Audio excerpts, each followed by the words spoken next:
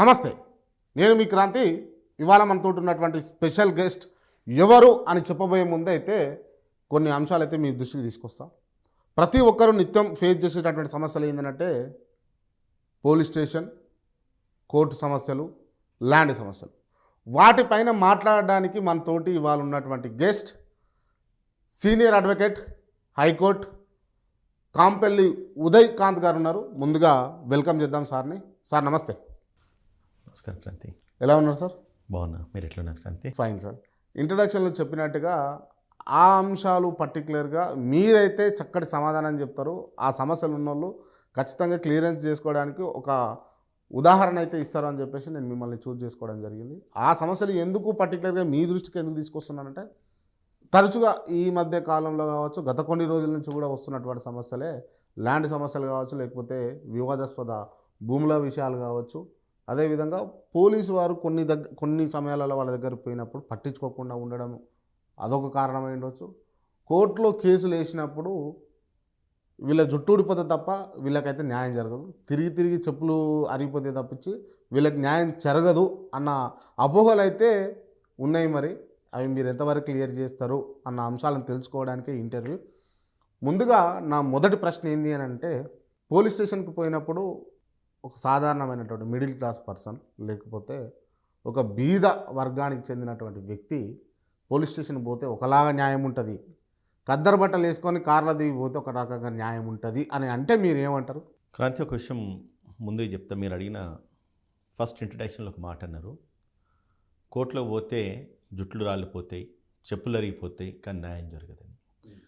చట్టం ఏం చెప్తుందంటే justice can be delayed, it cannot be denied అన్నారు. చట్ట పరిధిలో కోర్టులలో న్యాయం అన్నది కొంచెం టైం తీసుకుంటుందేమో, కానీ న్యాయం జరగకుండా అయితే పోదు. అది చట్టం నుండి చెప్తా ఉన్నారు. కాకపోతే నాకు ఇవాళ వచ్చిన సమస్యకు ఆ న్యాయం ఎప్పుడో జరుగుతుంది అంటే ఇంకా 10 ఏళ్ళకి జరుగుతుంది, ఇంకా 18 ఏళ్ళకి జరుగుతుంది, 20 ఏళ్ళకి జరుగుతుంది అనుకున్నప్పుడు నేను ఆ న్యాయ పోరాటం చేయాల్సిన అవసరం నాకు ఉందని అంటారా? చూడు క్రాంతి, ఇప్పుడు కోర్టులో కేసులు వేసేది ఎప్పుడే కానీ ఒక్కరికి ఇద్దరికి మధ్య సమస్య ఉంటే ఆ చట్ట పరిధిలో అది నేరమైతే నేరానికి ఒక శిక్షార్హులు అవుతారు, ఒకరికి ఎవరికైతే కేసు వేస్తారో వాళ్ళకి లాభసాటిగా ఉంటుంది. కానీ ఒక వ్యక్తిని శిక్షించే ముందు కోర్టులో కొన్ని వందల సార్లు ఆలోచించాల్సిన పరిస్థితి ఉంటుంది. చట్టంలో కూడా ఒక మాట మనం మాట్లాడుతూ ఉంటాము, 100 కేసులలో 99 మంది దోషులకు శిక్ష పడకపోయినా పర్లేదు, కానీ ఒక నిర్దోషికి మాత్రం శిక్ష పడద్దు అంటారు. సో ఈ పరిస్థితులలో ఖచ్చితంగా కోర్టు అన్నీ కూడా విచారించేసి తీసుకోవాల్సిన తీర్పులో ఎటువంటి లోటుపాట్లు ఉండద్దు. ఒకరికి న్యాయం చేయాలి అనుకున్న ప్రాసెస్లో మరొకరికి అన్యాయం జరగకూడదు. ఇది కోర్టు యొక్క లక్ష్యం, న్యాయస్థానం యొక్క లక్ష్యం. సో కాబట్టి అందులో భాగంగానే ఈరోజు కేసులు డిలే అవుతూ ఉన్నాయి క్రాంతి. కానీ ఎప్పటికైనా కూడా న్యాయస్థానంలో న్యాయము అందుతుంది, అందులో ఏమాత్రము సంకేతం లేదు. సో దాన్ని మనం కన్సిడర్ చేయాల్సిన డిలేని కన్సిడర్ చేయాల్సిన అవసరం అయితే. Right, okay. కాకపోతే న్యాయము డబ్బులు ఉన్న వారికి ఒకలాగా దొరుకుతుంది, డబ్బులు లేని వారికి ఒకలాగా దొరుకుతుంది. మీరు అడిగిన ప్రశ్నకు నేను సమాధానం చెప్తా. ఇవాళ పోలీస్ స్టేషన్ పోతే ఒక సాధారణ వ్యక్తి పోతేనేమో ఆయనకు న్యాయం జరుగుతలేదు, ఎఫ్ఐఆర్ కడతలేరు. కానీ మీరు అన్నట్టు కద్దరు బట్టలు వేసుకొని పోతేనేమో ఇంకో రకమైన న్యాయం ఉంటుంది. పోలీస్ స్టేషన్ మట్టికే ఇవి. కానీ ఒకసారి ఏ కేసులు కోర్టు పరిధిలోకి వెళ్ళిన తర్వాత కోర్టు అందరినీ కూడా ఒకే రకంగా చూస్తుంది. కాబట్టి అటువంటి న్యాయస్థానానికి వెళ్ళిన తర్వాత న్యాయస్థానం ముందు, చట్టం ముందు అందరూ సమానమే. గొప్పనికి ఒక చట్టం లేదు, పేదోడికి ఒక చట్టం లేదు, ధనికుడికి ఒక చట్టం లేదు, దరిద్రుడికి ఒక చట్టం లేదు. చట్టం ముందు ఎవరు కూడా అతిథులు కాదు, చట్టానికి ఎవరు కూడా చుట్టం కాదు. సో కాబట్టి ఈ పోలీస్ యంత్రాంగంలో వాళ్ళు ఇచ్చే అంటే పోలీస్ డిపార్ట్మెంట్ ఒక వ్యక్తులను బట్టి, వ్యక్తిత్వాలను బట్టి, ఆ పొజిషన్ ఉన్న ఆ పోలీస్ ఆఫీసర్ని బట్టి, అండ్ ఆ టయానికి వీళ్ళు పోయిన తర్వాత ఆ పోలీస్ ఆఫీసర్కి ఉన్న ఒత్తిడులను బట్టి ఒక కేసు, ఒక పోలీస్ స్టేషన్కి ఒక లిమిటేషన్స్లో, ఒక లిమిట్స్లో ఒక కేసు ఉంటుంది.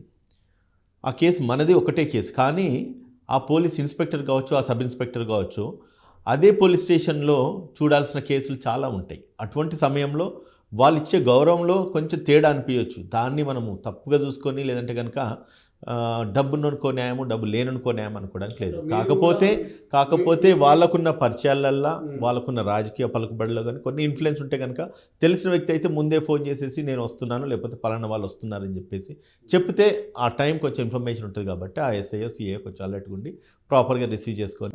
అంటే పోలీస్ డిపార్ట్మెంట్లో కూడా అందరూ అట్లానే ఉన్నారు అని నేను అనట్లేను. బట్ కొంతమంది వాళ్ళు చేస్తున్నటువంటి పనుల వల్ల కావచ్చు, వాళ్ళు ఉద్యోగం చేస్తారో లేకపోతే ఇంకొకరికి ఊడిగం చేస్తారో అన్నట్టుగా బిహేవ్ చేస్తూ ఉంటారు. నేను అది చెప్తున్నాను. ఒకవేళ వాళ్ళకి ఆ టైంకు ఒకవేళ ఒత్తిడి ఏదైనా ఉన్నా ఖచ్చితంగా వాళ్ళ ఒత్తిడిలకు లోబడి చేయాల్సిన పరిస్థితులు కొన్ని ఉంటాయి. ఇప్పుడు ప్రతి పోలీస్ యంత్రాంగం అంతా కూడా ఈరోజు పబ్లిక్ గవర్నమెంట్ అండర్లో పనిచేయాల్సిన అవసరం ఉంటుంది. ఆ రాజకీయ పలుకుబడులు కావచ్చు, లోకల్ ఎమ్మెల్యేలో లేకపోతే ఆ కార్పొరేటర్ లేదంటే కనుక మంత్రి ఫోన్ చేసి చెప్పిండో లేదంటే కనుక వాళ్ళ సుపీరియర్ ఆఫీసర్ ఎవరైనా చెప్పిండ్రో, ఎప్పుడైతే పోలీసు కింద ఆఫీసర్కి ఎప్పుడే కానీ పై ఆఫీసర్కు 100% ఆన్సరబుల్గా ఉండాల్సిన పరిస్థితి ఉంటుంది. ఒక ఎస్ఐ ఉంటాడు, సిఐకి సబార్డినేటే, సిఐ ఉంటాడు ఆ ఏసీపీకో డిఎస్పీకో సబార్డినేటే, ఆ ఏసీపీ వాళ్ళ డీసీపీకో లేకపోతే సిపికో సబార్డినేట్.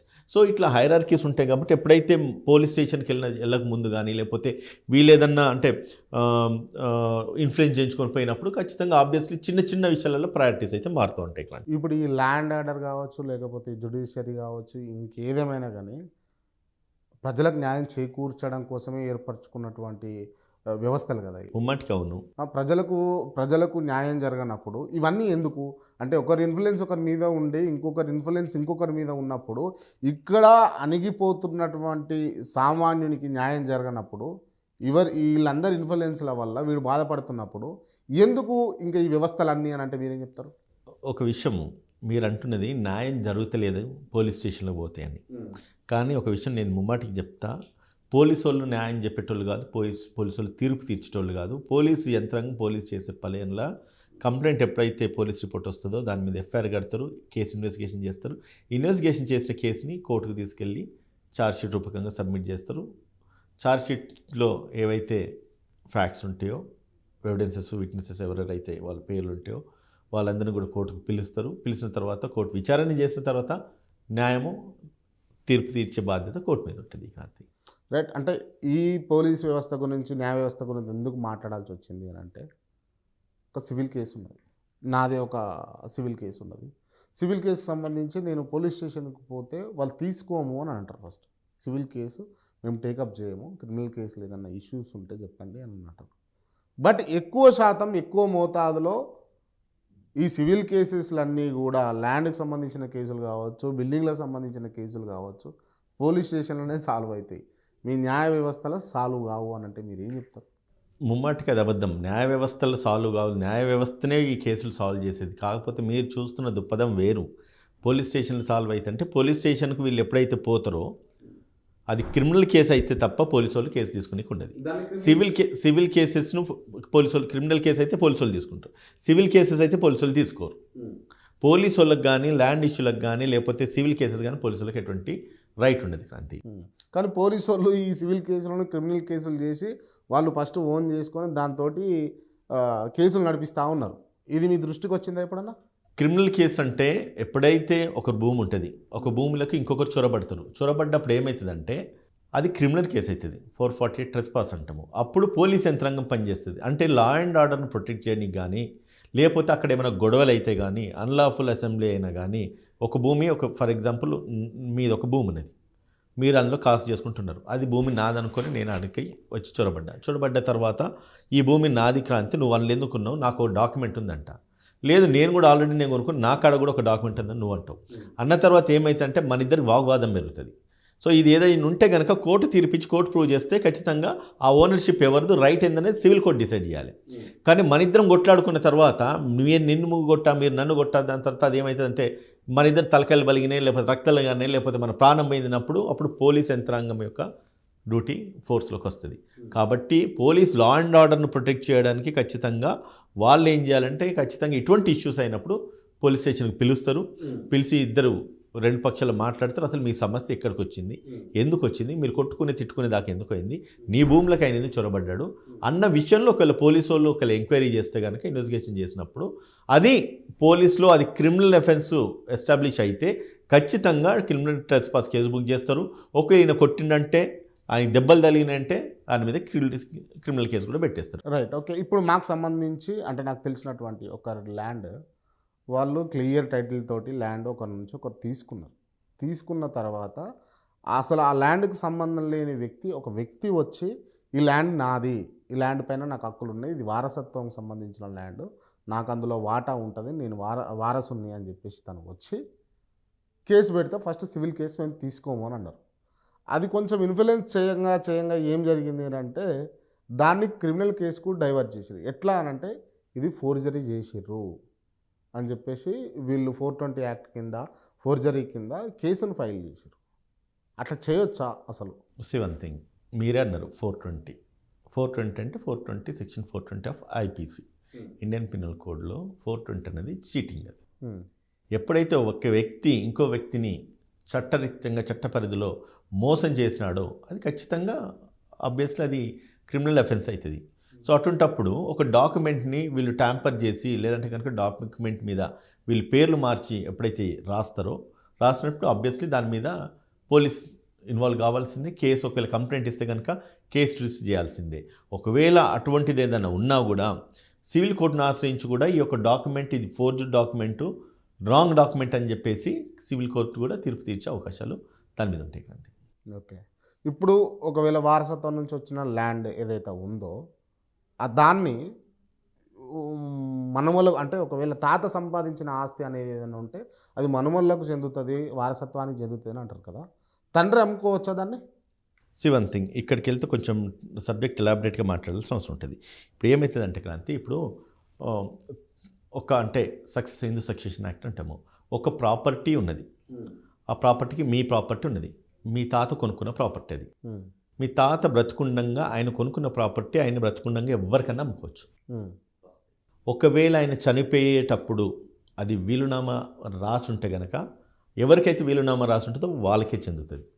వీలునామా రాయకుండా ఆయన చనిపోయి ఉంటే ఈ ప్రాపర్టీ డైడ్ ఇంటెస్టేట్ అంటాం. అంటే ఎవరికి కూడా ఎటువంటి రైట్స్ కన్ఫైన్ చేయకుండా ఆ వ్యక్తి చనిపోయినప్పుడు ఈ యొక్క ప్రాపర్టీ వాళ్ళ హక్కుదారులు అంటే ఎవరెవరైతే తన భార్య బ్రతుకుంటే భార్యకి, కొడుకులు, బిడ్డలు ఎంతమంది బ్రతుకుంటే everybody will get 1 portion of ఒక్కొక్క షేర్ వస్తుంది. అంటే 100 రూపీస్ ప్రాపర్టీ ఉన్నది, నలుగురు ఉన్నారు అంటే భార్యతో పాటు ఇంకో 3 పిల్లలు ఉన్నారు అనుకోండి, అప్పుడు ఆ భార్యకు ఒక 25% షేర్, కొడుకుకి, కూతురికి, ఇంకో కొడుకున్నాడు 25% షేర్. అంటే ఓవరాల్గా 75% షేర్ పిల్లలకి, 25% షేర్ భార్యకి వెళ్తుంది. తర్వాత ఈ పిల్లలకు మళ్ళీ ఎవరైనా పిల్లలు ఉంటే అటువంటి పరిస్థితుల్లో ఈ యొక్క కొడుకుకి అంటే మనవడు అంటే చనిపోయిన వ్యక్తికి ఒక మనవడికి ఆ 25% ప్రాపర్టీలో మాత్రమే ఈ మనవడి షేర్ అడగవచ్చు. మరి ఆ 100 రూపాయల ప్రాపర్టీ 100% ప్రాపర్టీ షేర్ నాది మా తాతది కావాలంటే కాదు. ఎందుకంటే అవి హక్కుదారులు చనిపోయిన తర్వాత ఇంక 4 ఉన్నారు. 4కి 4 భాగాలు డివైడ్ అయిన తర్వాత ఫస్ట్ సన్కి ఎంతమంది పుడితే వాళ్ళకు మళ్ళీ ఈక్వల్ షేర్, సెకండ్ డాటర్కి ఎంతమంది పుడితే వాళ్ళకి ఈక్వల్ షేర్, థర్డ్ సన్కి ఎంతమంది పుడితే వాళ్ళకు మళ్ళీ ఈక్వల్ షేర్. ఆ వైఫ్ ఉంది కదా, ఆమె ప్రాపర్టీ ఆమెకి అట్లనే ఉంటుంది. ఎవరు? మీ తాతగారి భార్య. ఆమె కనుక చనిపోతే ఆ ప్రాపర్టీ మళ్ళీ 25% ప్రాపర్టీ ఏదైతుందో మళ్ళీ ఈ ముగ్గురికి పిరమిడ్స్ కింద 1, 2, 3 కింద వీళ్ళకి షేర్ అవుతుంది. ఓకే.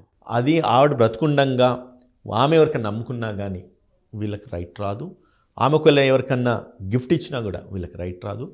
ఆవిడ ఎప్పుడన్నా ఒక వీలునామా రాసి ఈ 3 పిల్లలు ఉన్నారు, ఈ యొక్క కూతురుకో, కొడుకుకో, మరో కొడుకుకో అని వీలునామా రాసినా కూడా ఆ ఒక రైట్ ఎవరికి కూడా ఈ 3 కూడా రాదు. క్రాంతి.